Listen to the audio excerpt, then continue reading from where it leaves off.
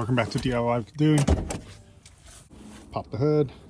Safety catch lever is on the left hand side there. I'm going to show you guys how to replace the HID headlight bulbs on a 2010 to 2013 Acura ZDX. I haven't changed it personally on my vehicle. Our headlights are still working well, but I'm going to look into the service manual for you guys. So HID bulb replacement, page 22374. HID bulb replacement. So turn your light switch off, make sure ignition switch is in the lock position, vehicle ignition is off, disconnect the battery, so at least remove the negative battery terminal, remove inner fender, page 20253. There we go. There's all the information about it. A lot of screws and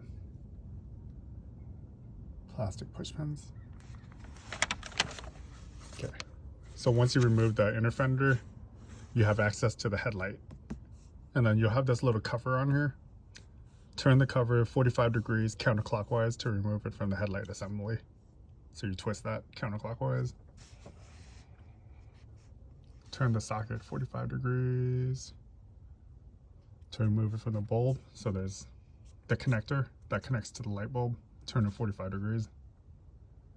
It's a 35 watt bulb. And there's a retaining clip. So these retaining clips, usually you push it inwards and you slide it under the hook, and then it'll release. Install a new headlight bulb. All right. Okay, so in order to access it, you don't access it through here, but you go down to the fender well down here, and you have to remove the inner fender in order to access the headlight bulb. Same for this side as well. So that's interesting. Changing the light bulbs on the ZDX requires going through the fender.